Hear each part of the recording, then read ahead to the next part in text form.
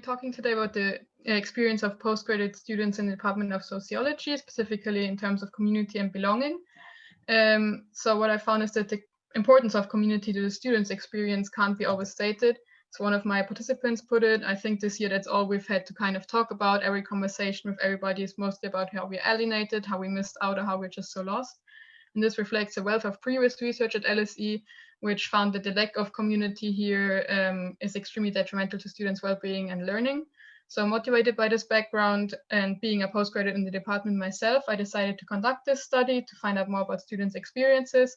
And to do so, I conducted 10 semi-structured interviews, which lasted up to 2 hours.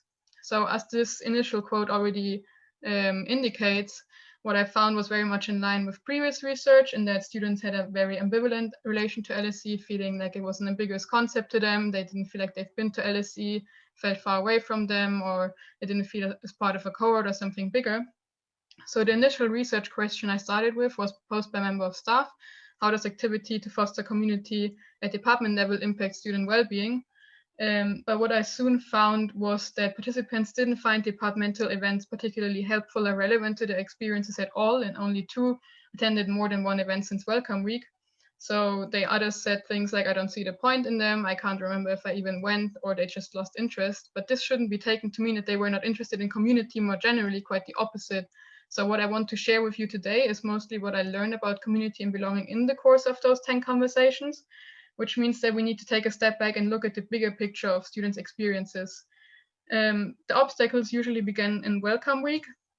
So many students felt like they were overwhelmed and thrown into the deep end, little communication, and also especially course selection was really frustrating and perceived as unwelcoming, because being rejected from courses for not being good enough was very a frustrating experience. And this obviously also carried over into the classroom and learning experience. So 5 out of 10 participants said they had difficulties participating because of group dynamics or feeling insecure. Some felt behind on the learning curve, like I've constantly felt like the dumbest guy in the class. And also the course content could be alienating, for example, in being Eurocentrically built or in the way that they dealt with issues like sexuality. So on top of that, another key factor were, of course, professors. There was general agreement that these were very important, especially this year, to student sense of belonging. And for example, organizing socials or film nights was very helpful, but that was only done by a minority. And most of them felt like things were very formal and uptight. And what was even more concerning was that 7 out of 10 reported that they had minimal contact to the academic mentors or very serious complaints, which was obviously a very important obstacle to developing belonging. On top of this, we have more administrative issues, like, for example, communication, which was particularly important to those who studied fully remotely. They felt out of the loop of opportunities, found it hard to access any kind of information. And also more generally, it felt like communication was sparse, like it wasn't really personal, and more would have been appreciated. But even with that in place, we don't really get to community without more general support systems being in place. So 2 of the students that I talked to had, for example, very grave issues trying to access mental health support. So, for example, getting an inclusion plan or trying, it was hard to engage when I'm more just trying to keep my head afloat each day. And also, especially for international students, there was a frustration with the handling of the pandemic. So feeling like it was pretended that they were receiving a high world-class education when they felt like they clearly didn't. But this it is only when we have these things in place that we can also move to peer relations.